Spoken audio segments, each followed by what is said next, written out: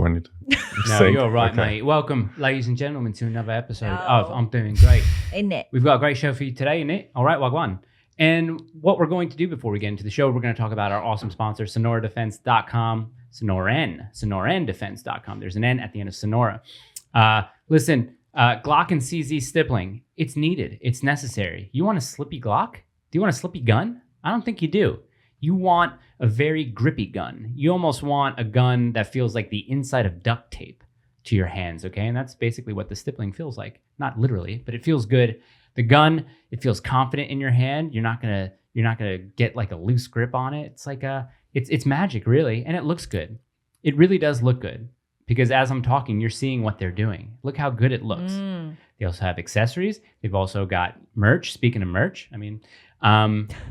but yeah, SonoranDefense.com. Go to them, use the code IDG10 to get 10% off, not on firearms.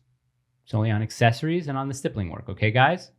Remember that. SonoranDefense.com. Go over there, say hello. They're awesome. They're doing great. But yeah, guys, thank you very much. Also, look at this. Oh, he wears his own merch on his own show. I'm showing you guys. You've never seen this before. This is great. Brand the shirt new. is great. This is only one of a bunch of things that we're going to be releasing pretty soon. So Gina, how are you? I'm doing great. Yeah. That was clever. Yeah, right? I'm really excited for the new hat that we have coming out soon. We're not doing it. Oh, we're not at all? See, the problem is Oh, man. I don't want to give you guys shitty product, right? We don't want to do that. No. We don't want to do it. So it's tough. I want to find the right supplier and I want to get embroidered hats, like good looking embroidered hats or patch hats. Right. So I don't want to just, because we got the sample of the hat that we were going to make Was it and it was shit? printed on and it was shit. Yeah. So then when I tried to talk to China people about it, oh, this is made in China. Shut up. When you're dealing with high quantity things, okay, and I want to get you guys high quantity, but also high quality. They were giving us the runaround about it being embroidered, saying, oh, we can't do that many embroidered, or you can't get a sample of it. You just have to make the order, or you have to get it printed on. So it was just too big of a headache. So what I want to do for items like that, like a hat, I want to source locally, and I want to get somebody to make really good hats. So limited quantity, but high quality. That's the route I would rather go, made in America, for that sort of thing. Okay. Yeah. Okay. Is there a bunch of other stuff? Hoodies, stickers, crew necks, crop crew for the ladies, crop hoodie for the ladies. We got baby stuff. It's going to be awesome. It's Oh, going to be yeah, great. yeah, that's right. Got baby stuff, Baby t-shirts. Yep. But yeah, enough about that. Enough about us and our vanity project. We have a special guest in the studio today. He's traveled all the way from a couple of hours away. Give it up for James Anderson White. Yay. How's it going, guys?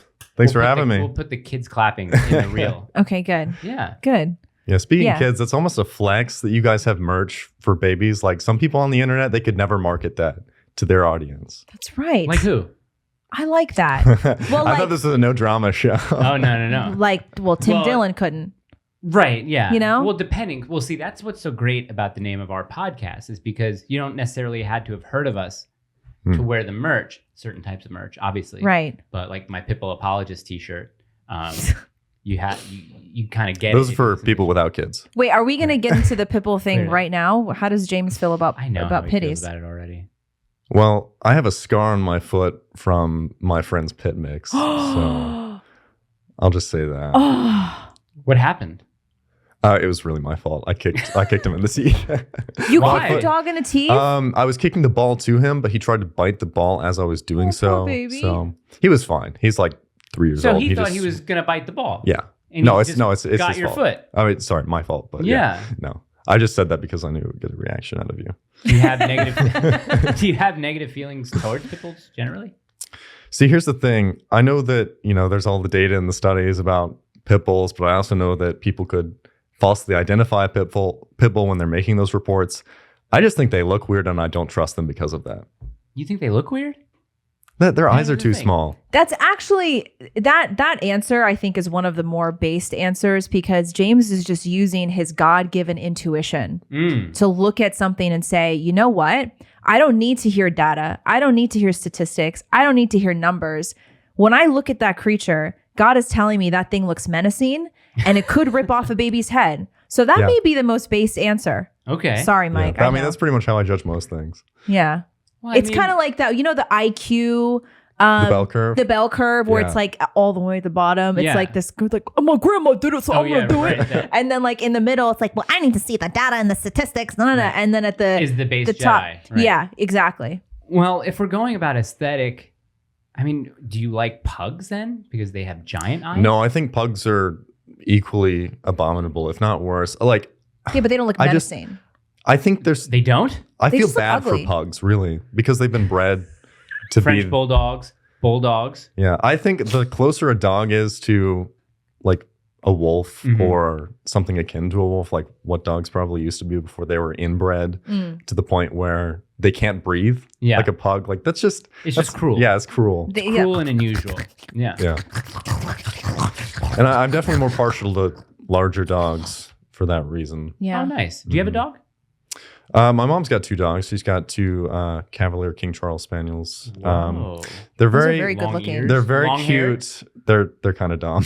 Oh, really? Yeah, they're not the smartest dogs, are They're they? not the smartest. Well, there are I- long-haired King Mhm. Charles, right? And then Yeah, they're they've got shorter the- hair. They have the Mhm. long hair. One of either. Okay. hmm One of Show you one of one of either. them.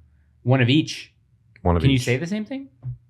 Or I think so. does both mean the same?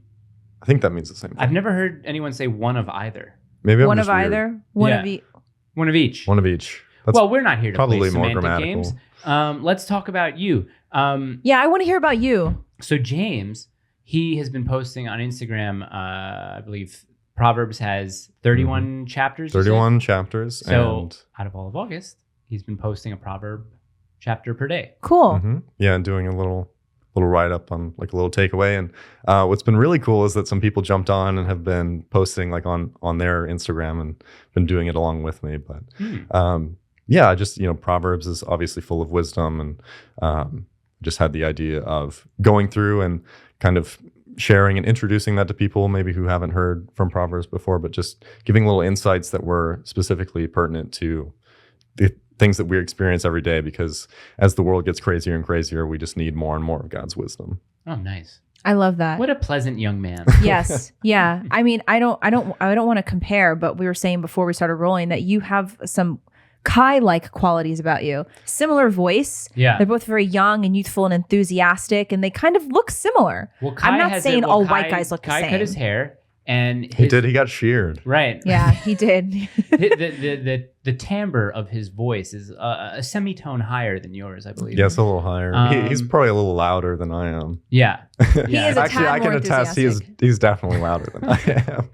You put the both of them in a room together. Watch out, ladies. How old are Oh. you? I'll be 21 in October. I love Wait, seeing are you these younger than young. Baby Kai? No, he's a 19. year younger than me. Oh, really? 19 or He's 20. 20? Okay. Yeah, he's my little He's brother. youngins. Oh, Well, let's I love speak, it. Let's speak more about religion, because funny enough, we got a comment the other day say, "I thought you guys were a Christian podcast. How can you have someone on like Nick who hates everybody?" What? And I was just like, "Wait, we're not a Christian podcast." Wait, hold on, but back up. What would be the problem with having Nick Fuentes on if we are a Christian? Well, because podcast? he's a racist bigot, they said. Oh, I see. So this is like some lib. Okay. Right? Yeah, but also we're not a Christian podcast. Well, you can't really hear anything about Christianity from a liberal, first of all. Right. Yeah. Like you just kind of disregard that. Yeah. Well, yeah, but like, it's not doesn't even like, count. but it's like we're not like, welcome to I'm doing Christian today with your host, like Brother Mike. Like that's not the show. Brother Mike. Right? No. But anyway, okay. So we had a conversation because I was confused.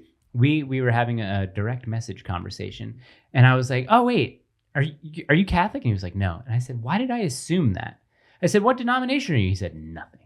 I'm not a denomination." Talk about that. Go. So yeah, I do get that often. I think it's kind of just like a guilt by association thing where there are so many people that are Catholic in the movement that it's maybe assumed because I, hold some ideas about the need for authority and structure to a certain extent.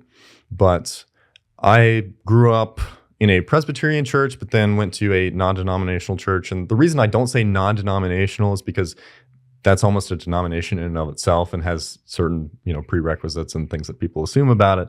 I believe, first and foremost, that the Bible is the foundation for how we operate on the earth. And it's kind of our ruler. It's our standard. We hold everything to that. And I think there are room for things outside of that, but as long as nothing contradicts with that, then I think that's kind of the prime authority, because that's God's word, which is, wholly inspired and inerrant. And to navigate, like I was saying earlier, as the world gets crazier and crazier, we need to hold to what God has used people to write, to give us direction. And I think there are some fantastic things about every denomination, but there are some things that I disagree with, that I think are not very biblically rooted. Like what? Like what specifically? How many people do we want to anger Offend. today? Everybody. So particularly with Catholicism, one of the biggest qualms I would say I have Gripes. is the veneration of Mary to what I would say is above what I think we should hold any human to. Similar thing with the saints, because I do believe that we're a priesthood of believers. And I think that Mary, she should absolutely be honored. And, it says in Luke that the generations will call me blessed. And that's a paraphrase, but she's an incredible woman, and what God used her to do through giving birth to Christ and raising him, and God on earth, like that's pretty incredible. But I think that Catholics take it a little too far in how they essentially deify her, which some would say that they don't do that, but I think in many cases that is kind of what they do, especially like having her image everywhere in churches, sometimes even more than Jesus. But well, how do you feel about the Hail Mary? Do you know the Hail Mary? I don't know it. I know of it. I'm going to recite it. Okay. And then we can talk about where do you think this is, what do you think is wrong about this? Because Hail Mary, full of grace, the Lord is with thee. Blessed art thou amongst women, and blessed is the fruit of thy womb, Jesus. Holy Mary, Mother of God, pray for us sinners now and at the hour of our death. Amen.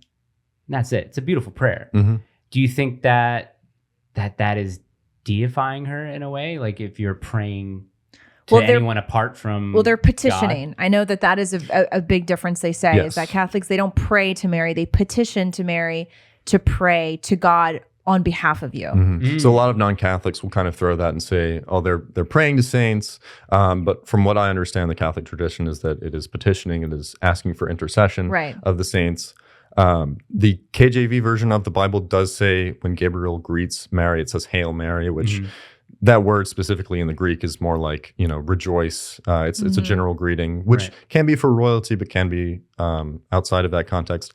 I think specifically calling her the Mother of God, I don't think there's any biblical rooting for that, because God, is the Alpha and Omega. God does not have a mother. God is not created. He is. I mean, that's what Yahweh means. So that would am. That would be like a contradiction within like the Trinity too. I guess a lot of other people. Yeah, I would say so. That. And then also with intercession, with petitioning, I understand that it's not worship, that it's not praying to them, in most cases. But I think that with the Bible, it talks about the Holy Spirit being our intercessor, and with the Trinity, the Holy Spirit is part of the Godhead, right? So why would we as Christians want to seek intercession from someone who has passed on, someone who is in heaven, when we have the Holy Spirit dwelling within us? Oh, I see what you're saying. So that's, when Christ, before he ascends, he tells the apostles, I'm sending my, the Spirit to be your helper, to be your intercessor. So that's the best thing that we have, is to let the Holy Spirit indwell within us. And, there are denominations that misinterpret that, take that too far as well.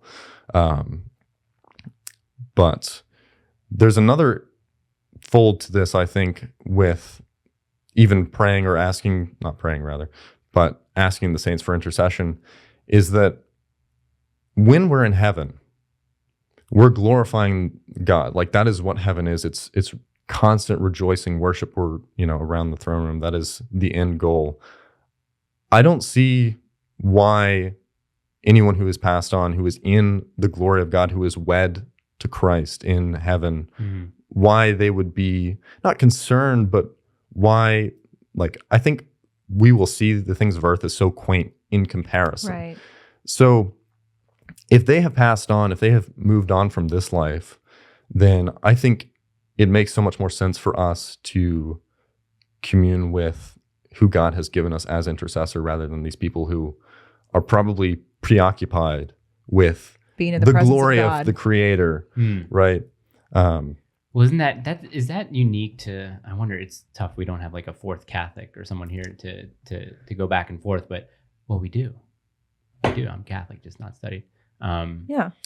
But yeah, it's Catholics and Orthodox. They have a bunch. Not how do I want to word this without being disrespectful? But we do pray and petition to saints. Mm-hmm. Are those the only denominations that really do that? Do Presbyterians, evangelical, do they pray to saints? I don't think they do. No. I think that's exclusive to It is, yeah. Catholicism. I kind of and like that. Orthodoxy. It's like having a roster. You know what I mean? You always go through the Holy Spirit, but it's like, you know what, Padre Pio for this one. Let's pray to Padre Pio or something like that. Speaking of Padre Pio, the new film coming out, Yeah. and Shia LaBeouf converting to Catholicism, I think it's a really interesting cultural moment because it's very rare to see celebrities in general who are open about their Christian faith, Who are Catholic nonetheless. nonetheless, and even more than that, very rare to see celebrities who have talked about converting. And a lot of critics will say that he's just doing this for clout and trying to rebuild his image after being accused of abusing his girlfriend or whatever. But I mean, that he did a 90-minute interview with Bishop Barron, I think. And I don't know, maybe I'm an optimist, but it seems to me that he had a very true, genuine conversion experience. Yeah. And I just thought it was a really interesting cultural moment because I don't think people, sometimes they underestimate how important those moments are when you have a really big celebrity who not only speaks up about their faith, but talks extensively about their conversion. Like that moment probably 4 or 5 years ago now when Chris Pratt was receiving some award and he said, I want to tell you guys something, God is real and God loves you. And like these moments when we see celebrities talk more about faith, I think is really important for the culture. It's interesting though, because Chris Pratt is not a Catholic. No. And I think the Catholic Church gets a bad rap, enough as it does anyway. So I don't think this is going to sort of untarnish Shia's image by saying, I'm a Catholic now. I think if anything, he's still going to have a huge cloud of controversy, but I guess controversy around Criticism. him anyway. Criticism is a better word. Yeah, but he talked about how he really fell in love with traditional Latin Mass because... Yeah, and people in our comments were like, oh, it's not about a feeling. He kept on talking about feelings too much. I said, well, in order to really feel the spirit of either a Holy Spirit or just feel the Spirit of God, especially at a Latin Mass, you're going to have a crazy amount of feelings, especially positive ones. So why are you criticizing his feelings? Made no sense to me. Yeah, I didn't see that. Yeah, but I mean, I wouldn't be surprised. I could bring it up. Yeah, because he said he likes that if it didn't feel like they were trying to sell him something, sell him a car. Yeah, like Right.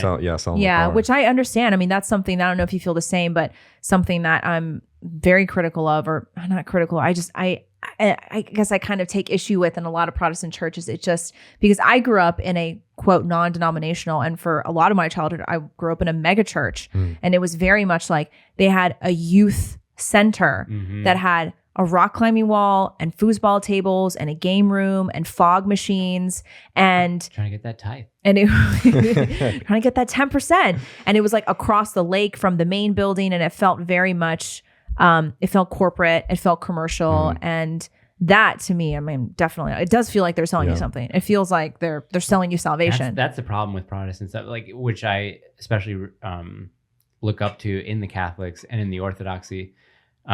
When you go to a mass, especially a Latin mass in Catholic Church, but when you just go to a regular mass on a Sunday, the reverence is there. You have the priests, you have the deacons, even the altar boys. They're dressed in robes. The reverence is there. But when you go to Presbyterian Church, you can get a preacher, in Jordans and skinny jeans and an oversized crew neck sweatshirt, and it just feels completely fake.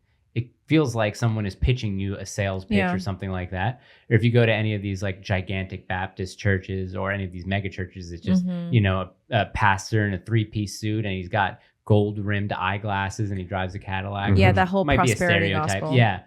I can't stand the What do you think prosperity about that? gospel. Yeah, I totally agree. And I think that's probably one of the biggest issues in the Protestant church and non-denominational churches. Because like I said, it kind of comes with even though non-denominational should mean it, there is no denomination, but it's kind of It is its own thing, its own flavor. Like you kind of, once you've seen it, you kind of know what you're getting. Right. But it is very much in line with the big mega church and all the lights and like really loud music, and the youth building is like, multi-million-dollar complex.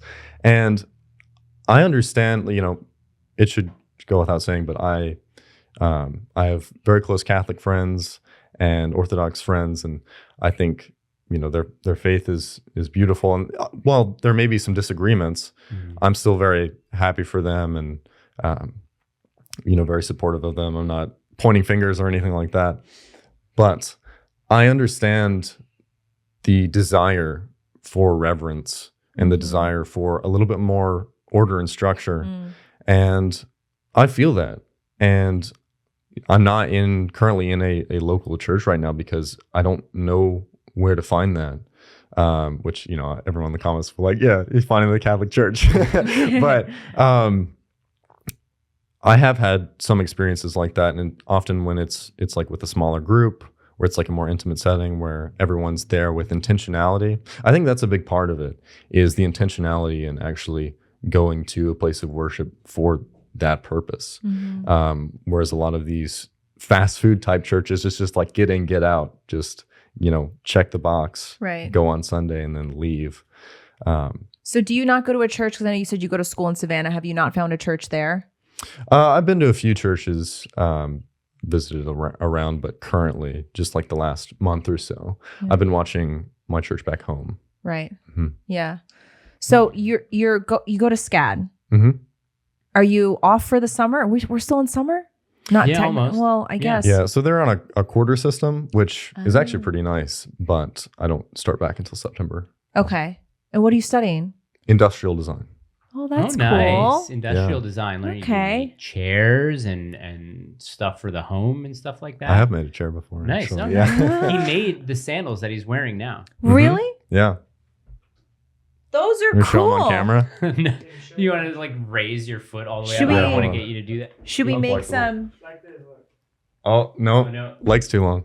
long legs? We should make some shoes. There it is. Some IDG Very shoes. Christ-like Yeah. sandals. Yeah, everyone was calling them the Jesus sandals. But we were talking about this very briefly earlier. But I run barefoot a lot. And Yeah, you were doing that. I've since transitioned to very minimal footwear. Mm-hmm. And I had some barefoot sandals that I had purchased, but they were like a synthetic foam and a nylon strap, and they were too They have loose. the toe hold. They look like feet just on. No, your feet. not those. They were Okay. sandals. Okay. But I didn't love them, so I thought, could probably make some pretty easily. So I made my own. But the thing with footwear, like modern footwear, is it's so constrictive with your toes and the way that it deactivates your arch to where most people have flat feet because the shoe has taught them not to use their foot, essentially. Yeah. That's why I always say to all my fitness clients, I'm like, work out barefoot. Do everything that you can barefoot. Really? Yeah. Mhm. I'm like, I think I told you this a couple months ago. I'm always barefoot when we film. I'm just always barefoot. It's just Barefoot Contessa.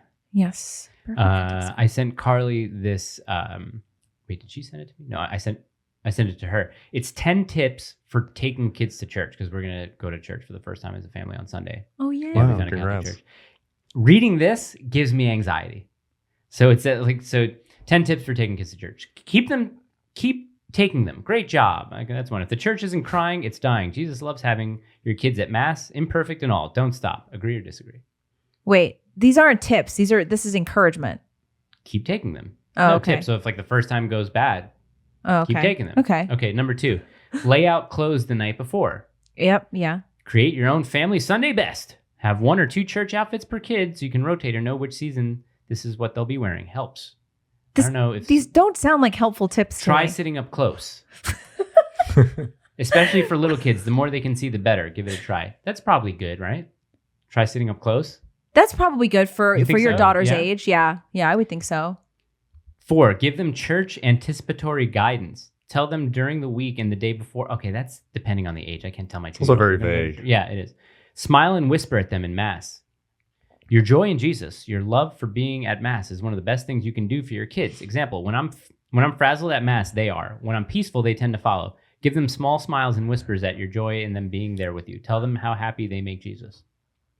Look, it's Jesus. Pack minimal. What do you think? Do you pack minimal? No. Your I daughters don't need You pack got to be minimal. prepared, don't you? Yeah, Right, I don't pack minimal for my daughter when we go to Give them church. their own mass book. Again, this is it's not age appropriate. Make a family pew order. My parents of 8 kids started doing this, and it really helped. We knew what kids would sit by who, and tried separating parents on either end. Don't be embarrassed. All kids misbehave, cry, and whine at some point. All parents understand. Yeah, I mean, Can you guys in the comments, can you just put, how you deal with having kids, especially younger kids in church, how you deal with that, please? It would be greatly appreciated. my daughter has this new thing where she's learning all these new sounds. She's only 10 months, and she has this new sound where she growls. She goes,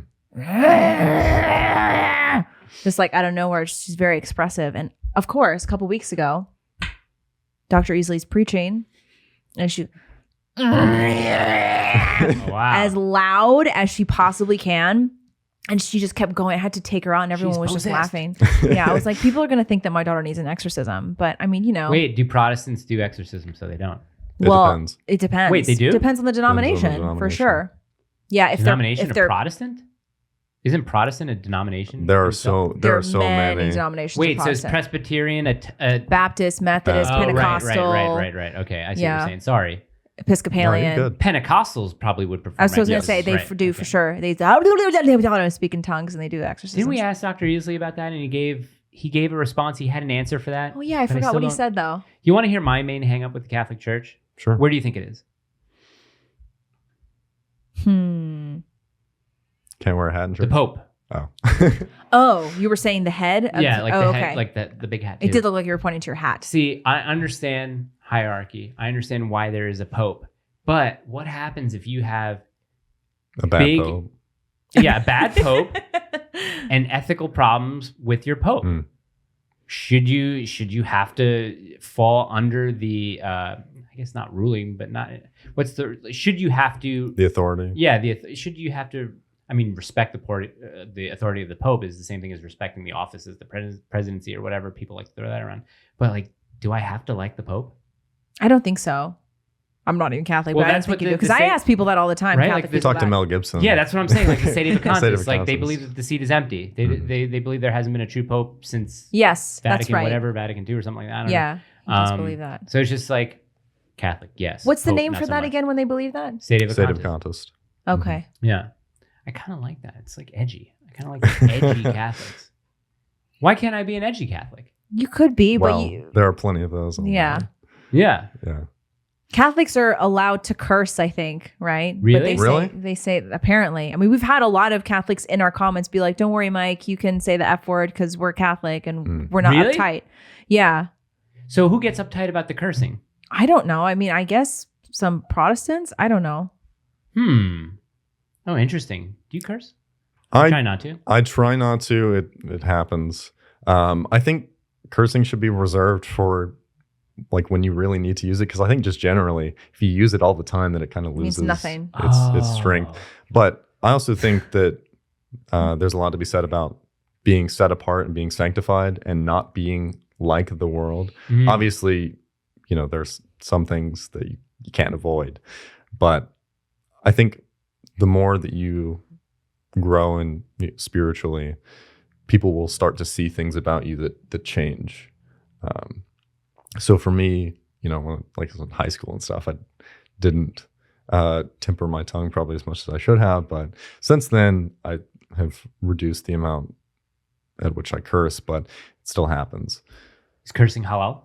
Or haram? I'm not the person to ask. Cursing that, is but- probably haram. We should Not get, halal. We should get an imam on the show and do that. Yeah. Do you know the I forgot his name, but he's like a very well-known imam who is critical of Yeah. Islam and says that Islam needs to be reformed the same way that Christianity was reformed. Mm. What is his name? I forgot.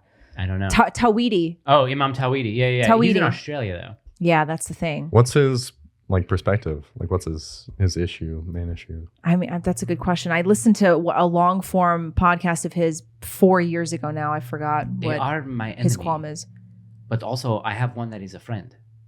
So my enemy is my friend. Is my friend. Think about it, man. 600 years ago, be in Jerusalem fighting each other over what is the Holy Land. Mm. Where You say were that like the we. Jews? You say that like we couldn't do that. Where now. were the Jews? Where are the Jews? Where Like, were the Jews? Oh, where were during the the Jews? Crusades? Where were they? In the Crusades. I mean, don't know. mostly in. I don't know about Jews. Why? How come they weren't fighting over their land? I do not know. I mean, I think they were. Shouldn't have we been? I Fighting think a lot the of them were Jews there and already. The Muslims. He says they were there already. Some of them. Some of them. I mean, most of them were This scattered is at that point. I going think. down I don't a know. dangerous path. Yeah, maybe Yeah, let's. we don't really know too much about the Crusades. let's I don't take a wanna turn. Pretend that we think that we do. Have you That is a seen, valid question, though. In the comments, where were the Jews during the Crusades? Let's get a Catholic on and talk about Catholicism. I know we had someone that we were talking about bringing on. that Yeah, you well, we reached were out going to bring him down for the panel. We should just bring Shia LaBeouf on and Mel Gibson. Come on, guys. Writes for a church militant. Mm. Yeah, Mm. Catholic. And then, well, we've already had Jay on for Orthodoxy. But yeah, I would like to have a. Should have a Catholic Catholic on, on. a Muslim imam on. We should do that event that we were talking about. Yes, but that's within the world of Christianity. Right. No outside. Right. No one outside of that. No one outside. No rabbis. No Because imams for we that. decided on Catholic, Protestant, and Orthodox, right? Correct. Yeah. Right. Jay, Dr. Easley, if he's And available. someone else. Yeah. And we need a my Catholic guy. Yeah, I have him. You have him? Yeah, I have him. Okay. No Mormons. Sorry, Right. Kai. Sorry, Kai. Yeah. Sorry, baby Kai. hmm Yeah. Sorry. So I want to talk about something that you sent me because we had a conversation about this, and I think it's the completely wrong take. Oh, yes. This is a good one. You agree, disagree a little bit with it. I don't really know where I'll you set stand it up. yet. Okay, yeah, set it up because So- I have the tweet here, so I'll read it. But yeah, go So ahead. there's a lot of talk right now about homesteading, and a friend of the show who was on the show a few months ago tweeted something saying that the urge to homestead and just go and separate from society. I'll read the tweet. Read the tweet, I'll yeah, read the tweet, and then I'll perfect. put it up. Put it up here. Blah, blah, blah. So sick of seeing, and this is from Ajax. We might as well just say who it is. Ajax. Yeah. We had Ajax on the show. He tweeted this. I think it's a horrible take personally. Sick of seeing these quote urge to buy land, be left alone unquote posts. The real masculine urge is to zealously battle the established order, uproot the engine of the world, go into the fray and fight until your will becomes reality. This quote, live quietly and die, unquote, is cowardice. Go on. Yeah, I mean, do you want me to start with my? Yeah. I get what he's saying, Mhm. right? Because I think that I've seen quite a few takes like this where people say that men wanting to just go live somewhere and just be left alone and not have any connection to society is a cope, and that we actually need, I think a good point that makes sense to me is that we do need strong men to fight back against the establishment and help change what's going on in society. So I get that point, but I also understand the other side. I mean, we were texting about this and we kind of asked the question, why does it have to be one or the other? What I do totally get about homesteading is that you want your family to be safe and you want your family to be protected and to not have to be of the world, so to speak. And it kind of reminds me of this conversation that I forgot who it was, but someone was on Ali Stuckey's podcast and they were talking about sending your kids to public school. And a question was posed, well, isn't there a Bible verse saying that we should be a light in the world and that we should bring Jesus to the world? And this woman said, it is not our children's job to carry that torch for us and to fight for us. As children, they need to be protected. They need to be protected from what the world will shove down their throats. And so I do understand the urge or the desire to take your family somewhere secluded and homestead and homeschool your kids and have your own family unit and not be influenced by the world. I get that. But I don't know why it has to be one or the other. Like, why can't the man of the house also fight the establishment from there? I don't understand why he can't, like, I don't know, travel into the city or do whatever he needs to do and participate in society and live out that masculine urge while his family is also protected and kind of like secluded from society. Do you want to go or do you want me to go first? Go ahead. You got it. Okay. So I, like you, I understand what he's saying. I do get that. My only problem is the word cowardice, because how I take that is I take it personally in a way. And I understand, and I know you roll your eyes. Of course, like, you do. Because, you know, we had like a really big thing about Andrew Tate. It's like, you just don't like him. That's why you feel this way. And I'm like, I may not like him, but it's not necessarily why I feel this way. But with this take, it's personal because I'm a man who has children, right? I think he has kids on the way coming. So Yeah. so it was a little bit of a weird take to see, you know, Ajax, who is a visibly strong guy, confident guy, say something like this. Because listen, as a man, like you said, we do want to protect our family. We do want to be self-sufficient. We want to have our own land that we can cultivate and live off of. So my main thing when I read that, I said, okay, I don't think that the will and desire of every man is to fight the system, is to tear it all down, to establish something better on his own.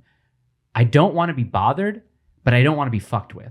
And I think those two things you have to really look at, because being bothered is sort of, being bothered by sensational news media, being bothered by mainstream American culture and stuff like that, which I could just shrug off. I don't need to be of that world. When I talk about not being fucked with, that is when I start to talk about either the government or local government trying to infringe on the way that I want to live when I'm not even attached to society necessarily. I'm on my land, I'm on my acreage, I'm going to do what I want. If the ATF or the IRS is going to come fuck with me, that's when I have a problem, and that's why I'm not going to bend the knee in that aspect. But I feel like I can do that without having to fight the wheel of the system at every turn. Like, I don't think that's inherent in a lot of men. I think some men have that drive, but I don't think that it's necessarily all of us, or it's all our duty to do so. Does that make any sense? Yeah, let's let James answer now. Yeah, it makes sense. And I think what that tweet assumes is that having a family in and of itself, it assumes that that's not fighting back, which it is, and that's becoming less and less commonplace. But I think we each have, as Christians, we have a ministry that God has called us into, and we're called to go out into all the world and preach the good news. I think that also translates to in our own nation, in different areas of that. But our family does have to take precedence over that, and their safety, like you were saying, especially with kids when they're young, they have to be protected. Otherwise, they're just going to be swept up, and there's nothing you can do if they run into the wrong person, then they could get into some serious trouble. I think there is a progression to that, because I think kids still have to learn how to operate in the world. As unfortunate as it is, we are in the world. We're not of the world, but we are here. So they have to learn how to be a light.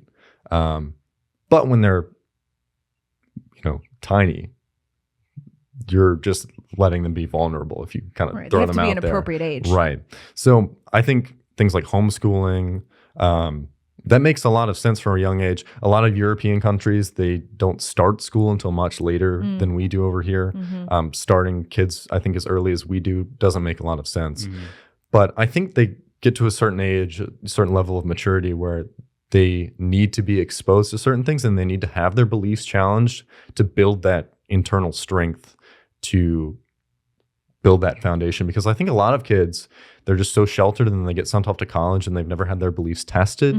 And then they just get tossed by the winds and the waves of the world because they don't have a very solid foundation. And they didn't know they didn't have a solid foundation because there was, nothing that really tested it. Yeah. So I think that we have an obligation to engage in these areas, especially in our country, in the state that it's in. But the priority is to our family. Those don't have to be mutually exclusive, but we have an obligation, I think, as well, to make change and to kind of be involved. Because at the end of the day, you hear this sometimes, but like the side that wants to win and the side that wants to be left alone, the side that wants to win is always going to win. The thing with liberalism, leftism, whatever you want to call it, Satanism, frankly, is that they're an evangelical religion, and they're not going to stop until you are completely absorbed. They're not going to let you That's right. go off into the woods. They're not going to leave you alone. And as nice as that would be, they're not going to leave you alone. But that's also the same thing as like Antifa saying, like, we're going to come out to the rural areas and find you. We're not going to leave you alone. And everyone in the rural area, everyone who has their acreage, everyone who has their guns are saying, please come. Well, even if they hold that line, Antifa and all their buddies will have everything else, and then this seems kind of almost like I think backed against a corner. I think homeschooling is uprooting the engine of the world. I think taking your kids out of that system is in a way blowing it up. I don't think it's enough. Here's why I actually what I'll say, and I totally get what Ajax is saying.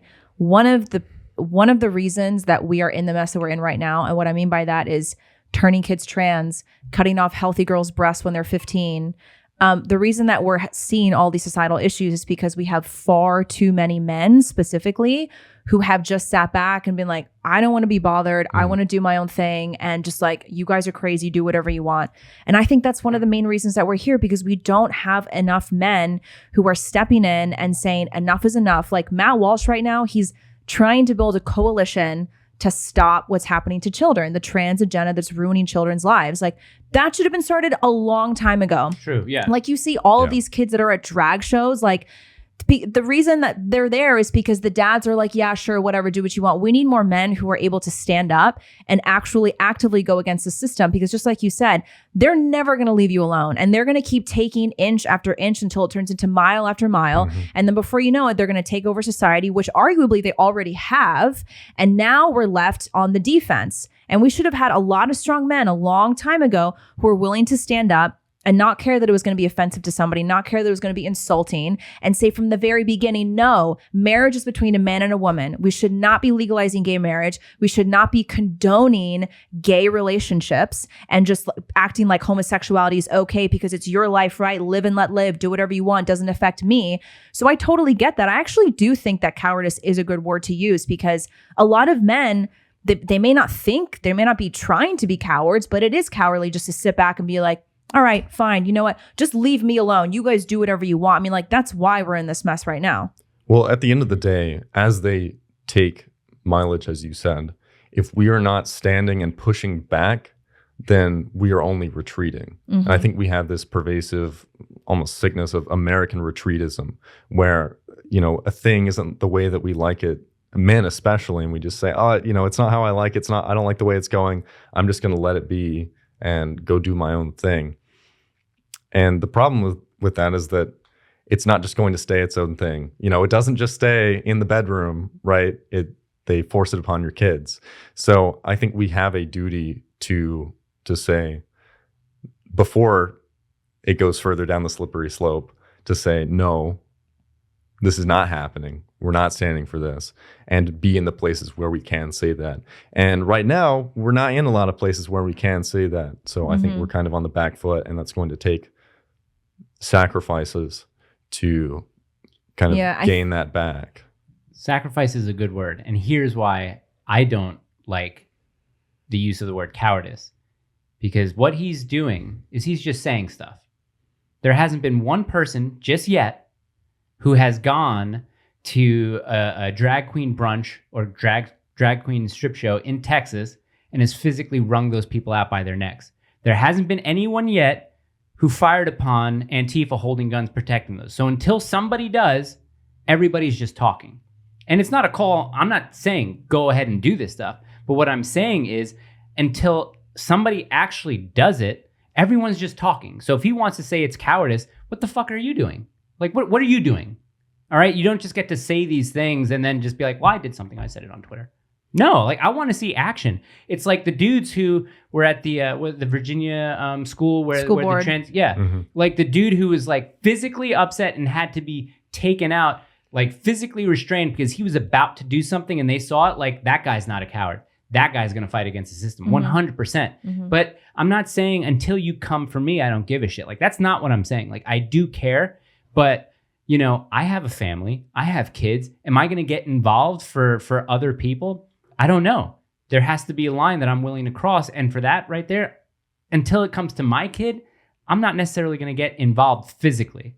All right. I may sign a petition. I might, you know, join a coalition like with Matt Walsh and, you know, need any help canvassing or doing stuff like that.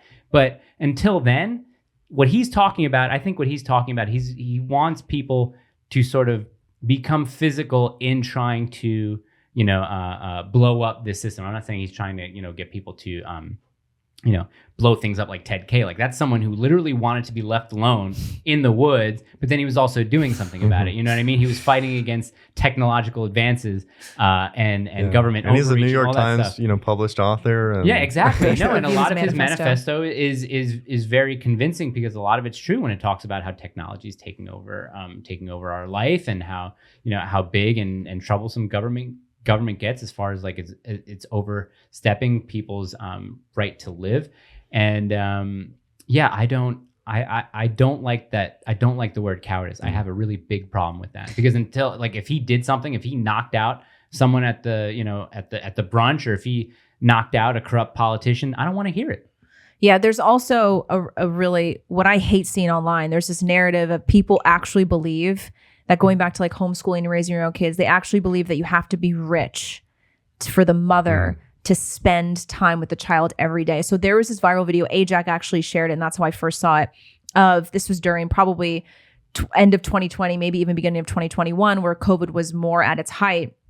At a daycare, there's this little boy who was probably around your daughter's age, 2 or 3. Trying to put the mask on. Trying to put the mask on. A 2-minute video of this boy, it makes my blood boil, this boy screaming and crying because he doesn't want his face muzzled. Right. And this daycare lady was filming it while the other daycare bitch was putting the mask over his face. And it was like she was pulling it and it would go into his eyes and he would cry, no, I don't want it. And they're trying to muzzle the child. And Ajax said, never forget they did this to your children. And I retweeted it, but then I retweeted it again and I said, abolish daycare. I am so sick and tired of this narrative, this mainstream narrative, that it's totally okay to send your children to be raised by somebody else. Yeah, that daycare to me is pretty universally terrible. Daycare is like, daycare is an abomination. And when I tweeted that, somebody was like, that's a really elitist thing to say. Only the wealthy can keep their kids at home. And I'm like, these people are so removed from reality. Statistically, wealthy people spend the least amount of time with their kids. So it's kind of like a bell curve too. Right. So I'm going to recommend this really great book called Being There. It was actually the book that really inspired me to quit my job so I can be home with my daughter. And she shares a lot of research and data and statistics about how the 2 demographics that spend the least amount of time with their children, and then as a result, the children have a really hard time emotionally in life and having emotional intelligence and being emotionally stable, are very wealthy and very poor. Because of course, on the poor end of it, the parents, they have to work, right? They both have to, a lot of the times they're single moms. They have to work 3 jobs. So their kid is with family or literally on the street or at some cheap daycare or whatever. And then the other end of the spectrum, you have very, very wealthy parents who they're workaholics. They work all the time. Nannies. They've got like a whole staff of nannies, right? But it's really the middle, like middle class, lower middle class. Those are the parents that spend the most time with their kids. They're the ones who tend to homeschool more often. They're the ones who the mom tends to either take a part-time job or work from home to spend more time with their kids. They're involved at the school. They're involved at the school. They take their kids. That's a big part of it is involvement. Huge. And they take their kids to like extracurricular activities. They take their kids to do stuff during the summer and between the school year. And I had conservatives in my mentions saying that it was elitist for me to even suggest that a mom should quit her job and stay home with their daughter because we live in hard times and they wouldn't be able to afford it. I'm like, well, you probably can't afford it because you live in Atlanta, LA, New York, San Francisco. Like, obviously you're not going to be able to afford that when you live in some of the most expensive cities on the planet. And just this idea that we have been brainwashed to believe that a family cannot make it unless they have 2 full incomes. And I know so many parents, when I posted that on my Instagram too, I had hundreds of moms be like, hello, I have 6 children. My husband makes $40,000 a year and I homeschool them all and I'm home with them every single day. We have 1 vehicle. We make sacrifices. They wear hand-me-downs. I have to make a lot of our own food. I have to grow a lot of my own food. Yeah. And there are people who are actually willing to make those sacrifices. And I think that's just as important. It's the willingness. It's the willingness. Because you can sit and complain about the state of the world as much as you want. That's not really going to change it. The unfortunate reality is that it's bad out there, right? But we have to make those sacrifices to do the best that we can without sacrificing on our beliefs. And I think so many people have just been sold the idea, like you were saying, that both parents have to work, but also that women should want to have a full-time career. I think that's also a fold to it, and kind of this reduction of the role of the mother in the home, where that's been basically written off as an option. So we've kind of demonized that societally. So women get this idea that they need to go to school, they need to or higher education, they need to have a career, when that's not really conducive either to their biology, but also societally, like what, is best for children, like when they grow up, is to have a mother in the home. I wonder about like the Nordic countries, because you hear how like great their social security systems are, and I mean that's a cultural thing. So obviously, I think when they talk about, you know, the Swiss or the Nordic daycare system is probably the best. That's got to be a culture thing. You can't impart Nordic, not socialism because I don't want to go that route, but as far as like social programs, social welfare, social welfare into the States, just because demographically we're so different, That's culturally right. we're so different.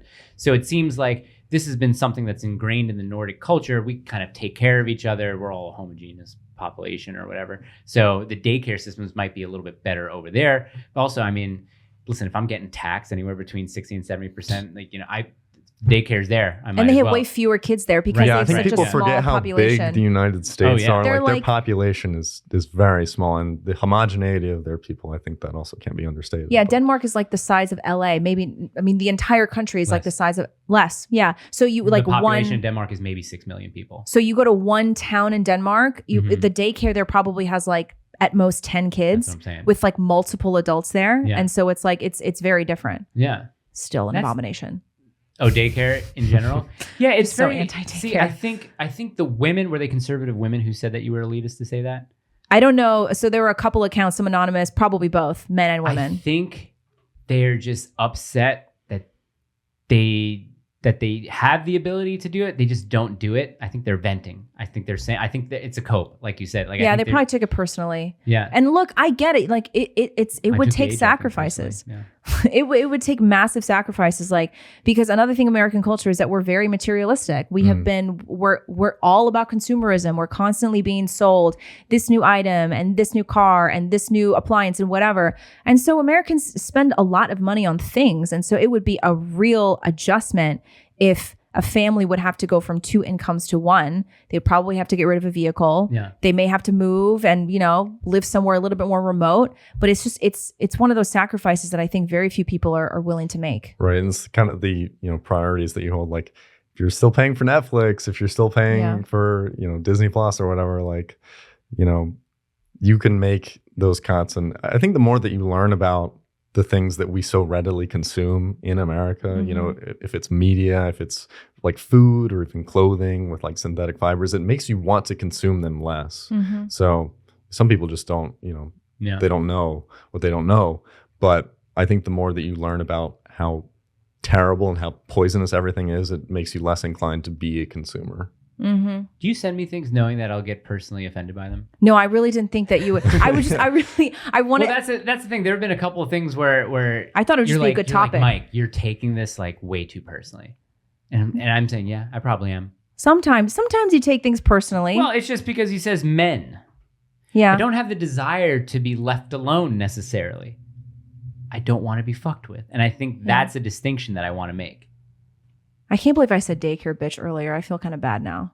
What? When I was talking about the video, I said the other daycare bitch. No. She is a bitch. To be treating a child that way, like that's Thank that's you. And filming it? That's demonic. Yes. One was filming it. The other one was trying to put the mask on her. Yeah, I mean, just if you really observe like what is going on in that situation, there's not only the woman who's putting the mask on the child, the other woman is videoing it. Mm-hmm. Like, there would be no reason to video it if she was not going to share it. So she's videoing it for fake screen points, like this woman essentially torturing this young child because, the masks don't really fit them well. Some of them, like their spit and their slobber, it's essentially waterboarding them. Like a lot of the kids, that's why I feel so terribly for like Gen Alpha, I think is what they're called. It's like those kids who had Zoom kindergarten and who were masked the whole time, like some of them have serious cognitive development issues. And it's already being seen, like some kids, they think a regular face without a mask, like they think it looks Scary. weird. They draw masks on, like they do family portraits, they draw masks on them. Their only conception of other people is like with a mask on. And I think that they're going to have like some pretty considerable issues, especially as they grow older. And if you think about how, half the population or less than half, like took their kids out of schools and, didn't put up with all the BS with like the Zoom and the masks and whatever. But then you're going to have the other portion who is going to be developmentally stunted. Yeah. If Gen Z is already so polarized, how polarized are They're they calling going them to Gen be? Alpha? I didn't hear Yeah. that. Really? Where'd you hear that Loop from? back around, I don't know, the internet. Do you know which therapist saw the most uptick in clients over the last 2 years? Speech therapists. Yeah. Yeah. Young kids. Mhm. Yep. Yeah, especially because, like you said, their development is being stunted by these masks. And it's just weird that you want to mask up the population that Is has the least affected risk. by it. Yeah, and the least risk. It don't make no sense. Let's talk about alcohol. You made a reel about alcohol and liquor, and it got some what do they call it? Traction. Virality, I guess. So Yeah. what was the? I don't want to play the reel like up here and then we just fake watch it up here. But what was the general point of the reel, and then what was the reaction to it that you saw? So like you were saying, I was doing a proverb a day, and Proverbs 23, I read it and I thought, I think I should dedicate something a little more substantial than a story post to this, because there is a significant portion of that chapter that talks about alcohol. And I think there are a lot of things that we as a society don't take as seriously as we should. You have witches on TV and TikTok, and people see that and they're like, think like, oh, it's no big deal, but like that's actually demonic. And you have poison in our foods and these things that we put in our bodies that are really horrible. And then alcohol, I think, is a similar situation where it's so easy and so acceptable to abuse alcohol in our society. It's just like most people don't even know how to have fun without alcohol. So the point of the reel was to say to Christians especially, but if anyone thinks there is wisdom to be found in the Proverbs, which obviously there is, that we should take this a lot more seriously and approach it with a lot more discernment than we are.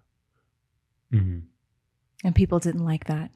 No, a lot of people didn't like that. Some people were like, "Oh, I'm drinking while I'm watching this," and like, yeah, other people were commenting things like, "Well, we'll talk about this," but they said, "Well, God gave wine to people. Like Jesus turned water into wine. Mm-hmm. So what's the problem if I have wine?"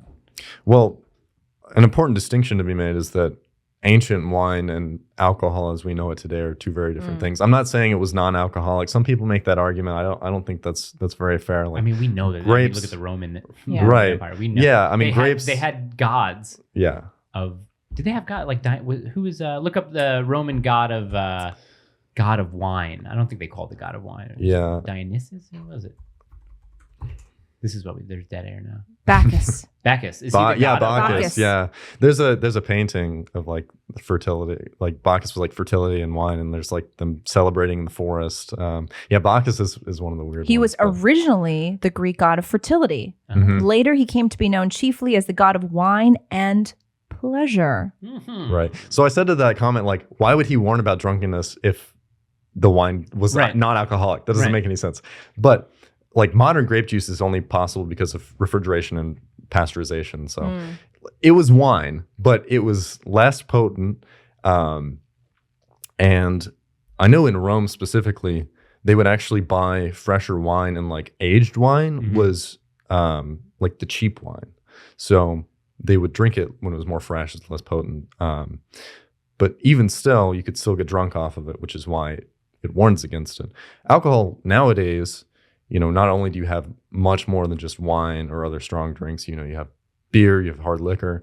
A lot of those are sprayed with all kinds of chemicals. They have so many additives that, that's contributing to your sickness. Right. But also, beer specifically has very high phytoestrogen levels. So like people have the beer belly. Yeah. That's really just like excess estrogen. Everyone universally in our Western society has excess estrogen, but that's just like giving yourself more. So on a practical note, like that's why you should avoid it. But it's so much stronger nowadays than it was back then. And it's so much more processed. So that's the distinction there. But the wisdom in Proverbs is talking about how quickly it can become something really terrible and really destructive. And my advice was maybe we should, if you have a lot of self-control, reserve that for occasion. If you don't, maybe avoid it entirely. And I think that's a very reasonable assertion, because alcohol, like if you know anyone who alcohol has like seriously affected their life, it's really, really destructive. It is. And I think we just have to be more careful about it. And also, if that's the only way that you can have fun, that's kind of pathetic in my opinion. It is. Like you really have no other way to have fun with other human beings than to have alcohol. And if you're using that as a crutch, like, do you really not want to improve yourself to a point where you don't need something to, like, people say what, like social lubricant or whatever. Liquid courage, as they say. Courage, Yeah. Dude, all you have to do is look at a dude who's just blackout drunk and just watch the way he's acting. Yeah, and say, very I courageous. want no part of that. They're smelly and they talk loud. I saw it and they get in your recently face. because I went out with a guest of the show after, and we went to a bar, and this guest does like to have a drink. Was it every now and Destiny? then. No. Oh. But then Was there was this dude who was just wasted, and I was just looking at that like, Jesus, man, like get your life together. Yeah, it's Maybe embarrassing. stop doing that. Yeah. I gave up alcohol in 2016, and it was one of the best decisions ever. My husband, That's what most people say. Like, who's like, oh, I gave it up, and like, yeah, I regret giving it up. Yeah. Nobody says that. My husband, when I met him, he never really drank either because his father was an alcoholic, and so he saw the destruction that alcohol can have and alcohol addiction can have. And I see it from a social and from a health perspective. I just do not see any positives when it comes to drinking alcohol regularly. I think how regularly are you talking? Once a day, a couple times a week, every weekend. I don't get the even every weekend weekend, yeah. drinking culture. I don't get that. I think from a social perspective, I think it's sad that people think they need the alcohol to feel like they can have a good time, to feel like they can talk to people and be more social. And then also from a health perspective, this is any weight loss coach, any fitness coach, they'll tell you if you really want to lose weight, you got to give up alcohol because your body treats alcohol like a poison. So whenever you drink alcohol and you eat food, your body will let the food just sit there and it will attack the poison that it recognizes and break down the alcohol before it even gets to processing the food. And so that food just sits there and sits there and sits there. And so that's like, it's one of the quickest ways to drop excess weight and drop excess fat is just to give up alcohol. Yeah, and it says in Proverbs 23 that wine bites like a serpent and stings like an adder. Like that poison, or venom rather, that imagery is not coincidental because from a health perspective, there are really no benefits. Yeah, there's really none. And then even back to beer, like the brewer's yeast, the gluten in beer, it rips apart your gut lining. Like there's just so many things about it that's just not worth consuming. I don't want to sound like a prude. Here's the thing. I think people who enjoy whiskey, some fine people, some friends of mine, I think they're all wrong. I think they're all pretentious. I don't think it tastes good. I think they know it doesn't taste good. I think that they're lying to me when they say I enjoy the taste of whiskey. It's awful. I do, however. I like a pina colada every now and then. It's delicious. You get some, especially when it's like a pure pina colada. When it's like hot outside. Yeah, and it's just good. You got an actual pineapple slice in there, and there's actual coconut milk in there, not like, organic coconut milk. Carly makes a mean one. Having said that, I hate the beer drinker on the golf course. I hate that. I have sort of like this weird category that I put these guys into. I call them the guys that hate their wives club. So they go out to the golf course, mind you, 9:00 in the morning on the weekend, and get wasted. All they do is drink. Seriously? Oh yeah, they're drunk by they're just trying to avoid their home life, avoid their family. They're drunk at their the family. ninth hole. And it's just basically at that point, especially if you join a country club, a lot of country clubs, though, they don't really like you getting wasted on the course as much. But like, you're throwing away $100 if that's, probably the max that you're playing a public course. So you're just throwing away money there. You're not having fun because you're wasted. And people think it's funny. Like, oh, I drove my cart into the water. It's not funny. You're a child. Also, it's like you don't like your wife so much. Divorce her. Yeah. You want to talk about cowardice, and that's really what retreating, that's really what cowardice looks like. And we just have this whole culture that glorifies that. I talked in my last video, because I actually touched on some of this American retreatism stuff, but I talked about modern country music and how a lot of it is just like, all about partying and drinking beer and girls and driving your golf cart in the Dude, you want to hear a modern country song? I'll write one right now. Gonna pack up my truck and gonna fill the bed with ice. I got some natty light in the back. I'm gonna take them girls to the lake and we're gonna have fun. Maybe hang up a black man on the tree. Like that's how like modern country music is. Like it's just stupid. There's nothing to it. Tell me a story. It's just bad. Oh, did you get the hanging? Did you hear the hanging part? No, I heard it. You heard it. Okay, yeah, that's it. Oh. Yeah. But going back to this racism with like the modern country. Yeah. Going back to this, what do you call it? The I hate my wives club. Yeah, the guys that hate their wives. The guys that hate. So there is this. Have you heard of this new viral girl, Mom Life Comics? No. It's the women who hate their family club. Ugh. So there's this new woman. Awesome. She's gotten 234,000 followers probably in just the past couple of months.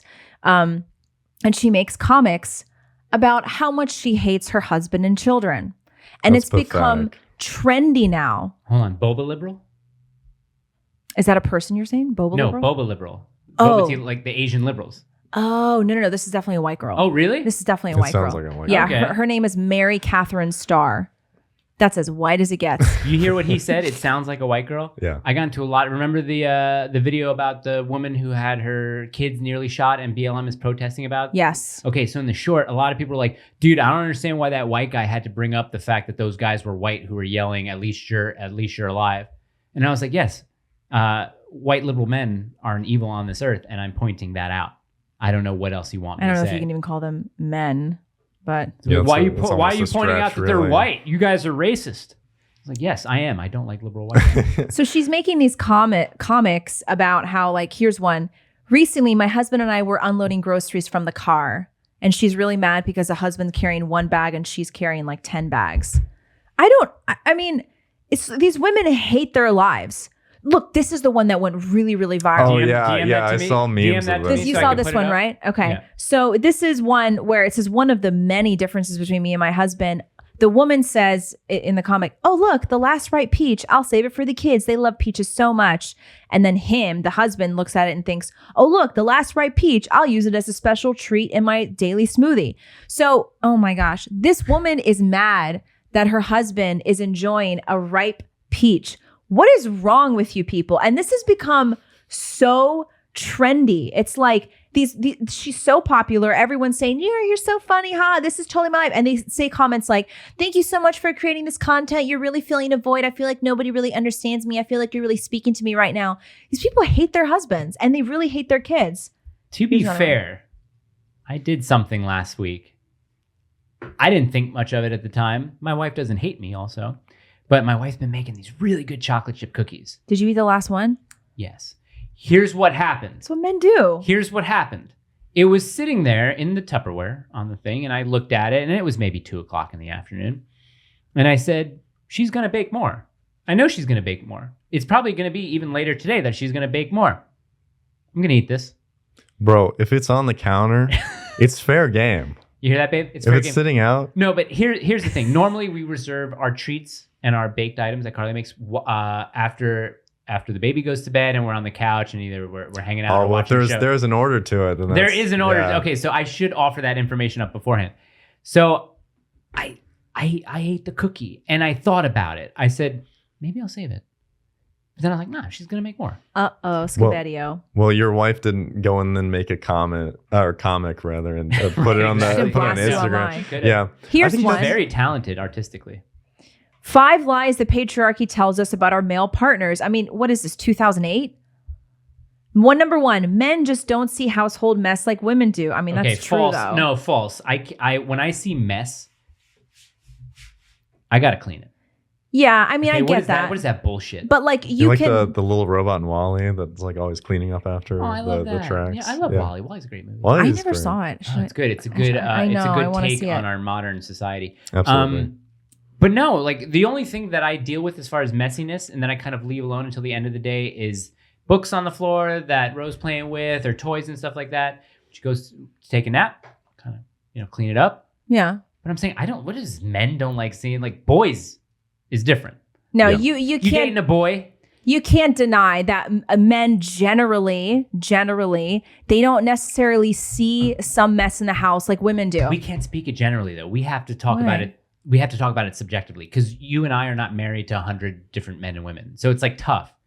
No. I'm talking about just generally. Like there are some generalizations about men and there are Right. some generalizations about women. You may be an exception to that. I may Right. be an exception to that. But we have to acknowledge the generalizations. Generally, Sure. husbands don't see the mess around the house in the same way that women do. Like My thing husband, is saying, how do you know? My husband, because they walk by it. I mean, I've even asked my husband before. I'm like, he's pretty clean for a dude. And sometimes I'll like point out a mess. Like, I didn't even notice it. Like he didn't notice it because men just sometimes don't notice the things around the house that women do. Okay, I see what you're saying. Because women are more domestic. Sure, right. That I get. But I think I took issue personally. No, but I took issue. I took issue with the thing like men will just ignore messes, like purposefully ignore them. No, that's not what they're saying. Okay, they're saying that like men tend to miss. They don't see some messes the same way that women do. It's just like the qualification for what is a mess is different. Right. Yeah, if I see a spill, I generally like to clean that up right away. Okay.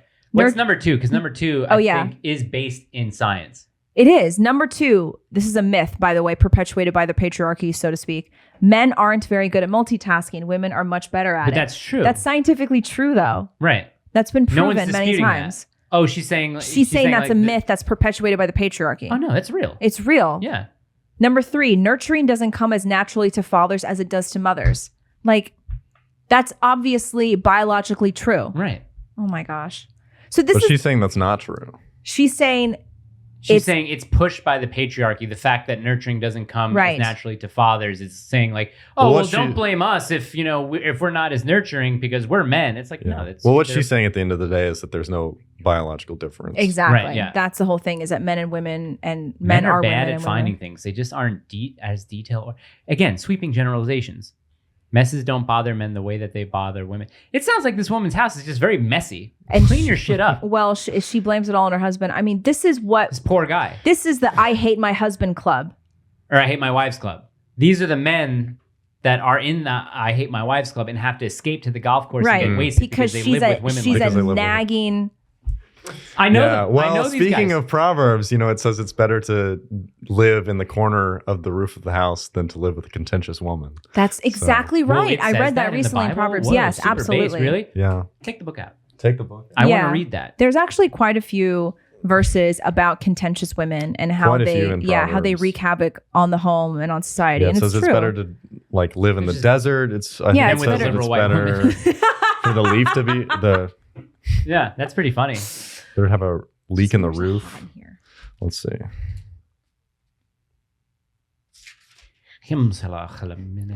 Toddler food pyramid. Look at that. I want to learn how to speak Arabic. I really do. I really would like to learn how to speak Arabic. If there are any Arab fans, ask Anthony downstairs. He's Iraqi. Oh, Iraq. Mm-hmm. Iraq. I love Iraq. I met his dad on Sunday. I think I do a really good impression. You do. You could do good accents. Yeah. Yeah. Do it again. I love Iraq. Iraq is the best country to be from. How is the Iraqi accent different than the Israeli one? Oh, as far as me, a layman, not really knowing. But okay, so like what would the Israeli be? Would be, more speaking as if your tongue was in a lot of the back of the throat, and using the back of the throat. Where Iraq is more hard on consonant. Iraq. Israeli is like, hey man, how are you doing? Israeli eating hummus, my guy. Hummus. Right, and Iraqi is more like Iraq. I don't know if that's true. This is just as Mike perceives it. Yeah, there are a lot. I mean, also I'm doing these accents, from an American's point of view with the English language. So if it's accents from different parts of England, I'm still speaking English, so I can do that. I can go super cockney and be like, what, mate? What the fuck are you talking about, mate? What are we doing here? What are we doing? We're not doing. Do me a favor, Gina. Guess what? I want 20 from you next time. And if you don't have it, guess what? Your knees are gone. Next time. They're going to be gone. Guys. Right? Fred Flintstone they are. All right, let's let James bash women from the Bible. Yeah, read that particular passage. Bashing foolish women, but this is Proverbs 9:13 through 18. The foolish woman is clamorous.